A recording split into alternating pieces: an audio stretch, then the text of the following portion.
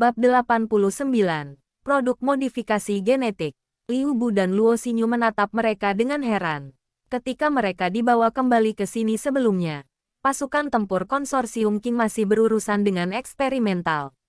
Jadi apakah keributan ini terkait dengan pasukan yang mengembalikan eksperimental? Jujur saja, keduanya penasaran. Apa saja eksperimen itu? Namun sesaat kemudian, mereka tertegun. Mereka melihat kandang baja berlapis-lapis yang terbawa. Berbaring di dalamnya adalah abu-abu, orang. Liu Bu dengan curiga memeriksa orang di dalam kandang.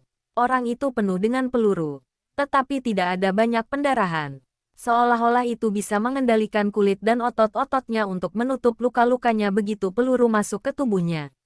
Ini akan sangat tak terbayangkan bagi orang kebanyakan karena tidak ada yang bisa mengendalikan tubuh mereka seperti itu. Selain itu, sosok abu-abu ini dirantai oleh lengan dan kakinya. Rantai itu dimaksudkan untuk memenjarakan orang itu di suatu tempat, tetapi entah bagaimana berhasil memutusnya. Apakah suara yang Liu Bu dan yang lainnya dengar malam itu berasal dari orang ini? Pada saat ini, Liu Bu ingat mayat Susia yang hancur dan tanda gigi manusia di atasnya. Dia muntah di tempat saat memikirkan itu. Ketika Su Xianchu dan yang lainnya mengatakan bahwa itu adalah manusia yang menggigit mayat Susia, dia tidak mempercayai mereka. Tapi sekarang, tidak ada alasan untuk tidak mempercayainya. Perasaan ngeri dan jijik mencengkeram perut Liu Bu seolah mereka meremas semuanya. Dia tidak punya makanan di dalam dirinya. Jadi dia hanya bisa memuntahkan campuran jus lambung dan empedu berwarna hijau pucat. King Zhen memandang Liu Bu dengan penuh minat. Sepertinya kamu juga memiliki pemahaman tentang hal ini di sini. Pernahkah Anda melihatnya mengunyah mayat juga? Petik 2. Reaksi Luo Xinyu lebih keras daripada Liu Bu. Dia memaksa dirinya untuk tenang dan bertanya, apa-apaan ini? Karena ini disebut eksperimental, maka tentu saja itu sesuatu yang digunakan untuk melakukan eksperimen. King Zhen berkata, tapi jangan salah paham. Hal ini tidak ada hubungannya dengan konsorsium Qing kita. Mereka adalah produk dari masa prabencana alam. Kami juga baru tahu tentang keberadaan mereka. Petik 2. Itu dari sebelum The Cataclysm, kata Luo Xinyu. Agak terkejut. Sudah berapa tahun sejak The Cataclysm terjadi? Bisakah mereka hidup begitu lama? Tunggu. Ketika Anda mengatakan, mereka, pada saat itulah Luo Xinyu menyadari tidak ada satupun dari hal-hal ini di sekitarnya. King Zhen dengan hati-hati mengukur orang di dalam kandang. Dia berkata, mereka sepertinya baru saja melarikan diri dari laboratorium penelitian. Bahkan saya sangat ingin tahu tentang bagaimana mereka berhasil hidup sampai sekarang. Ini pada dasarnya adalah spesimen hidup. Petik 2. Liu Bu menggigil. King Zhen ini memperlakukan orang yang hidup sebagai spesimen. Bahkan jika orang itu bukan manusia atau iblis. Luo Xinyu tiba-tiba menyadari untuk apa konsorsium Qing datang ke pegunungan Jing. Mereka bahkan telah memobilisasi sejumlah besar mesin industri dan tidak menyisakan tenaga kerja atau logistik. Semuanya sehingga mereka dapat menemukan laboratorium penelitian di mana orang-orang aneh ini sebelumnya dipenjara. Ketika mereka menyadari bahwa tidak ada satupun eksperimen di sekitar, mereka akhirnya mengerti mengapa pasukan tempur meminta dukungan pada kontak pertama dengan eksperimental. Itu karena mereka khawatir akan ada lebih banyak dari mereka di daerah itu. Berapa banyak eksperimen yang kalian semua temui? Dan berapa banyak orang yang terluka atau terbunuh dalam penangkapan eksperimental ini? Tanya King Zhen. Di dekatnya, seseorang menjawab, kami hanya menjumpai yang ini. Kami mengerahkan 5 peleton, dan 3 orang tewas sementara 13 lainnya terluka. Petik 2. King Zhen menggelengkan kepalanya. Sudah cukup untuk menangkap salah satu eksperimen ini. Untuk pertemuan di masa depan, tidak masalah apakah mereka hidup atau mati. Hancurkan mereka semua, jangan menambah jumlah korban di pihak kita. Petik 2. Roger. Jawab seorang perwira pasukan tempur konsorsium. Eksperimental di dalam kandang jelas belum mati.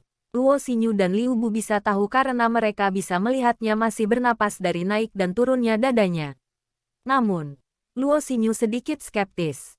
Seharusnya sudah berabad-abad sejak The Cataclysm terjadi, kan? Bagaimana mereka masih hidup? Petik 2. Ini adalah hal yang paling membingungkan. Umur manusia rata-rata hanya beberapa dekade, atau paling lama, sedikit lebih dari 100 tahun. Tetapi jika eksperimen ini benar-benar dari waktu sebelum The Cataclysm, bagaimana mereka bisa bertahan sampai sekarang di lab bawah tanah? Ini tidak masuk akal, bahkan jika umur mereka dapat diperpanjang. Apa yang eksperimen ini makan di laboratorium bawah tanah?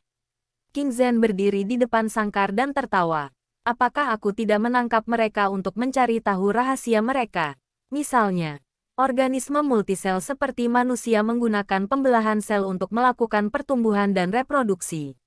Logikanya, pembelahan sel harus menjadi proses yang tak terbatas. Karena jika itu bisa dibagi sekali, maka itu bisa dibagi lagi untuk kedua kalinya atau lebih.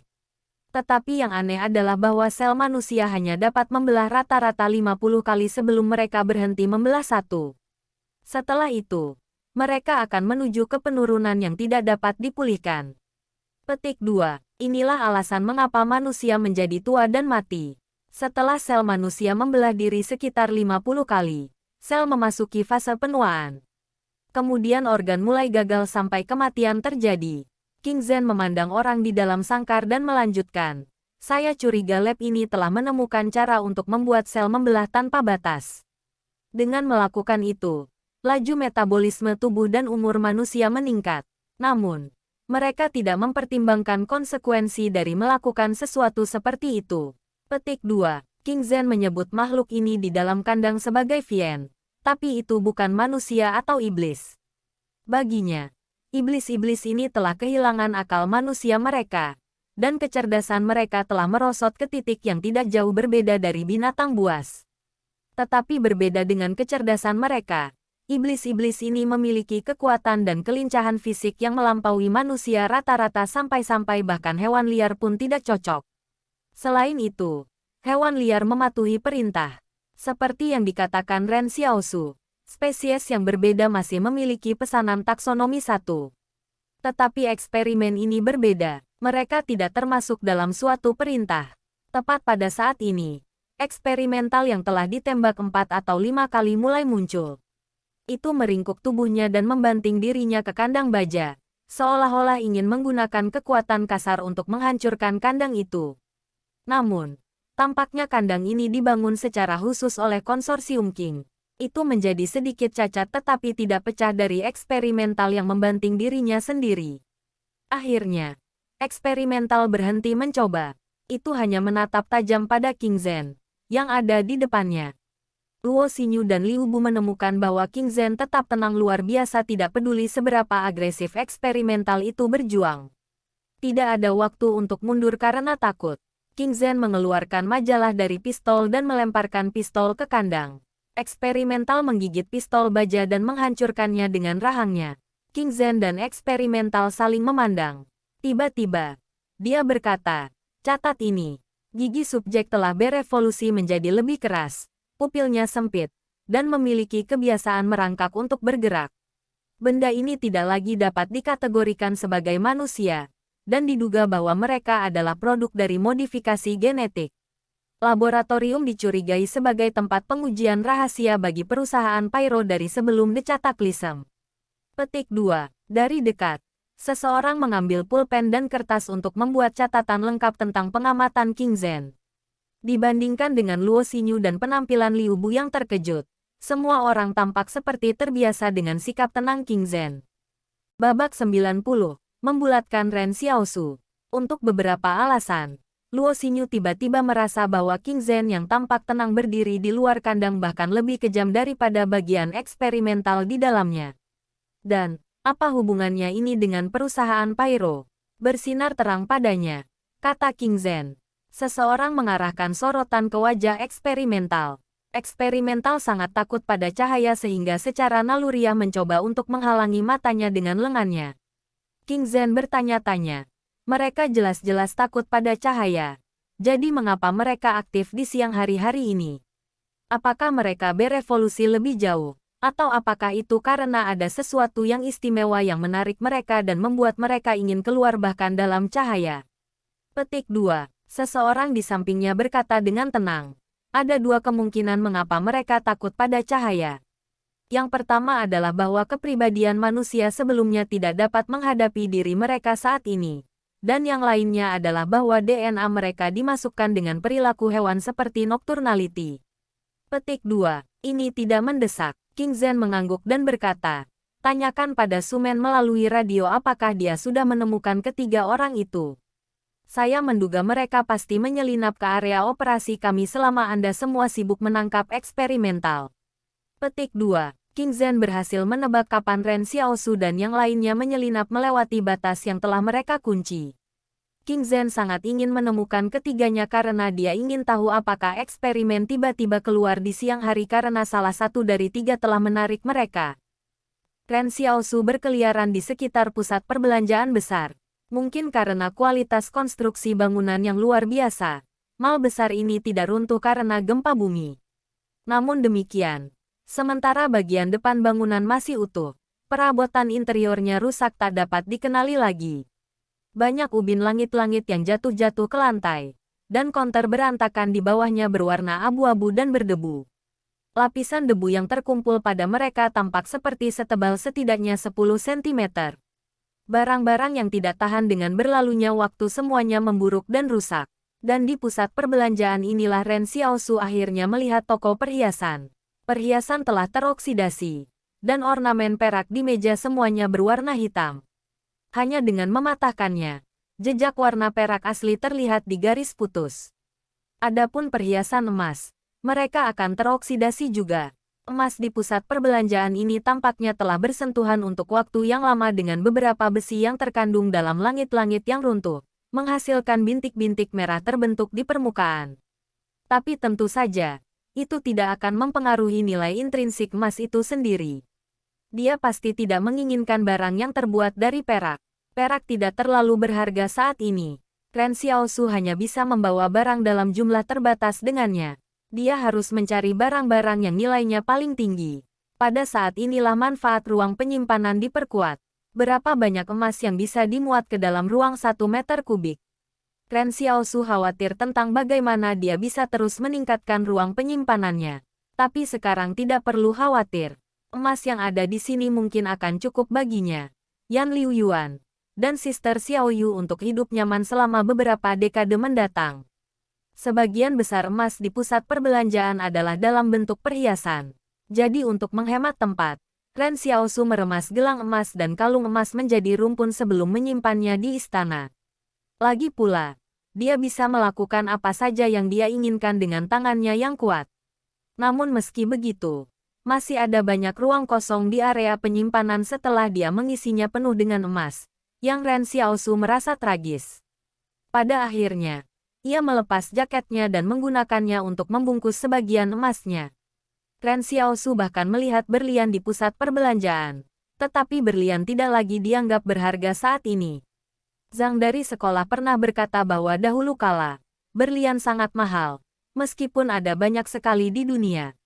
Itu hanya dihargai tinggi karena pasokan dikendalikan dan harga meningkat. Dengan demikian, pada hari ini, tidak ada yang menganjurkan memiliki berlian lagi. Atau mungkin, di saat-saat ketika semua orang lebih suka membeli makanan dan bukan berlian, nilai berlian secara alami akan terdepresiasi. Tiba-tiba, Ren Xiaosu mendengar suara langkah kaki berbaris rapi di luar pusat perbelanjaan. Dia mengerutkan kening ketika dia menyadari orang-orang konsorsium King telah tiba. Ren Xiaosu tahu betul bahwa konsorsium King akan mencari tahu tentang keberadaan Su Xianchu, Yang Xiaojin, dan dia. Karena Liu Bu telah ditangkap, dia pasti akan memberi tahu konsorsium King tentang mereka. Pada saat ini, Ren Xiaosu berada di pusat perbelanjaan membawa emas di dalam jaketnya karena ruang penyimpanan di istananya penuh. Dia tidak peduli jika Su Xianchu dan Yang Xiaojin telah mencapai tujuan mereka untuk ekspedisi. Dia memiliki semua yang dia butuhkan. Mungkin Su Xianchu dan Yang Xiaojin ada di sini untuk mencari tahu tentang rahasia makhluk gaib dan evolusi yang terjadi di dunia.